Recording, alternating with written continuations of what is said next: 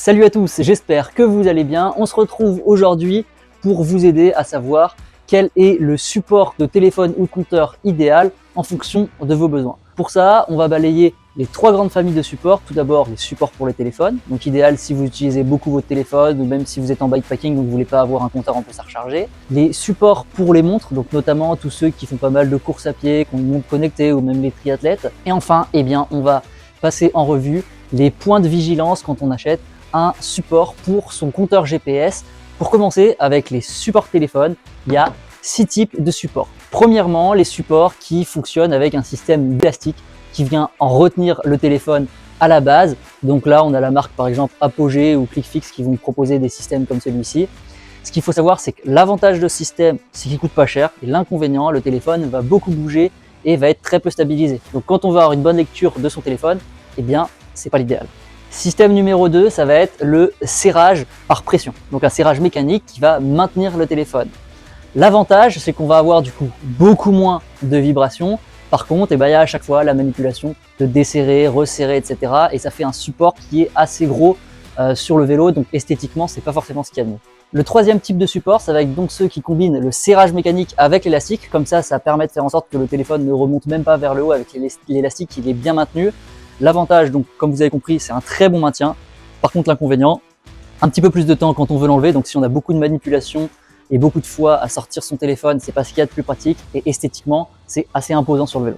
Numéro 4, ça va être les sacoches dans lesquelles on va pouvoir venir glisser son téléphone. Ça permet comme ça d'avoir du rangement et d'avoir une protection pour son téléphone. Par contre, dans ces cas-là, faut pas avoir à sortir son téléphone régulièrement parce que c'est vraiment pas ce qu'il y a de plus pratique, il faut ouvrir l'ensemble de la housse à chaque fois. Cinquième système, ça va être les fixations via magnétisme. Donc en fait, vous avez des housses dans lesquelles vous allez glisser votre téléphone. Il y a le dessus qui est transparent et très souvent tactile pour pouvoir manipuler un peu son téléphone. Et cette housse, comme elle est magnétique, elle peut s'enlever et se défaire très facilement, simplement par une rotation souvent du poignet. Et là-dessus, un système que j'ai déjà utilisé et qui tient très bien, qui est notamment utilisé en moto, donc qui tient à des vitesses très élevées avec beaucoup de vibrations, c'est la marque Shapeheart. Sixième type de fixation, c'est les fixations par emboîtement. Donc on vient clipser le téléphone et faire une rotation, exactement comme pour les compteurs GPS qu'on retrouve aujourd'hui. L'avantage, c'est que vous allez avoir quelque chose qui prend très peu de place sur le vélo. Par contre, il faut soit une coque de téléphone dédiée, donc par exemple comme pour la marque Quadlock qui va faire ça, ou alors il faut un patch que vous venez mettre sur votre téléphone, que vous venez coller. Donc ça fait quelque chose qui va pas être esthétique là à son tour sur le téléphone. Vous avez des marques qui font des systèmes très discrets, comme par exemple la marque SP Connect. Ils vont avoir un système que vous pouvez mettre même directement au niveau du capot de potence. Pour finir sur cette catégorie-là au niveau des téléphones, ce qu'il faut savoir, c'est qu'il y a plein d'autres systèmes d'innovation. Pour vous en donner juste une, il y a la marque Feedlock qui font eux des porte-bidons magnétiques. D'ailleurs, système très efficace que moi j'ai déjà utilisé sur VTT qui tient très bien. Et ils proposent aussi des supports téléphones qui va combiner à la fois le magnétisme et le côté ventouse. D'ailleurs, pour ce système-là, j'ai fait une vidéo sur ma chaîne Insta, donc n'hésitez pas à aller la regarder si vous l'avez pas encore vue. C'est pas une collaboration commerciale ou quoi que ce soit, mais j'ai trouvé le système plutôt sympa. La deuxième grande famille au niveau des supports, ça va être ceux pour les montres. Donc là, pour tous ceux, que ce soit les triathlètes, les coureurs, ça va être ultra pratique pour pas avoir tout un tas de matériel électronique et pas avoir racheté un compteur, etc. Vous allez pouvoir mettre votre montre connectée. Premier type, ça va être des supports. Vous allez enrouler votre bracelet autour et le serrer. Donc comme ça, vous n'avez aucune manipulation à faire au niveau de la montre, rien à démonter et directement vous venez la positionner dessus. À savoir, ce type de support pour les montres existe aussi en modèle qui peut se mettre sur les prolongateurs, notamment du coup pour les triathlètes ou ceux qui font du contre-la-montre. Et le deuxième type vraiment de support pour les montres, ça va être des supports par emboîtement. Donc là par contre, il va falloir enlever le bracelet de votre montre pour pouvoir venir emboîter votre montre sur vraiment une embase spécifique au niveau du support. Donc là, vous avez pas mal aussi de marques qui vont pouvoir proposer ça. Je sais qu'il y a notamment beaucoup de systèmes compatibles avec les montres Garmin. Et enfin, on finit avec les supports pour compteurs GPS pour vélo. Alors là-dessus, il y a des points de vigilance vraiment à avoir. Premier point de vigilance, c'est la marque que vous avez.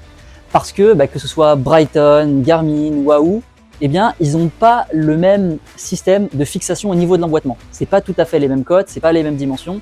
Donc il faut faire attention d'avoir le système de support qui est adapté à son compteur. Le deuxième point, ça va être de voir où est-ce que vous voulez accrocher votre compteur. Est-ce que vous voulez que le support soit plutôt sur la potence, sur le cintre, qu'il soit également en déporté du cintre pour que ce soit un peu plus esthétique et au même niveau en fait que le cintre et que ça fasse pas quelque chose qui déborde en hauteur. ou eh bien est-ce que vous voulez le mettre sur des prolongateurs par exemple. Et enfin, troisième point de vigilance, eh bien faire attention aux spécifications techniques du compteur et du vélo. Tout d'abord, le compteur, donc savoir quelles sont ses dimensions, parce que eh bien, s'il est assez grand, il ne va pas forcément rentrer sur tous les supports déportés. Par exemple, là je vous mets une photo de 2 supports Garmin que j'ai, on voit qu'il y en a un qui est bien plus long que l'autre. Donc tous les compteurs ne vont pas pouvoir aller sur chacun des supports, sinon ils risquent de taper contre le cintre. Deuxième point, ça va être au niveau de la dimension du cintre. Est-ce que vous avez un cintre en 31,8 mm, comme c'est le standard aujourd'hui, ou est-ce que vous avez un cintre plutôt en 26 mm? Si vous avez un cintre en 26 mm, il faudra l'adaptateur qui va bien pour pouvoir fixer le support. Le troisième point de vigilance au niveau des spécifications techniques, c'est au niveau de votre cockpit, votre poste de pilotage. Est-ce que vous avez un combo cintre et potence tout intégré? Si c'est le cas, vous ne pourrez pas fixer n'importe quel support dessus parce que vous n'avez pas de tube rond. Et donc dans ce cas-là, il faut faire très attention.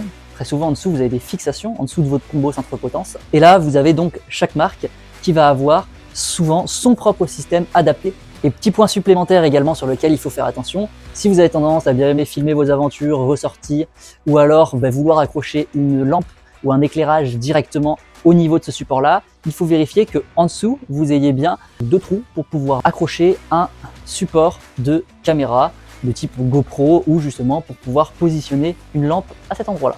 Et pour le bon plan du moment, si vous avez un compteur Garmin et que vous recherchez un support déporté, moi j'ai acheté très récemment ce support IGP Sport qui coûte moins de 10 €.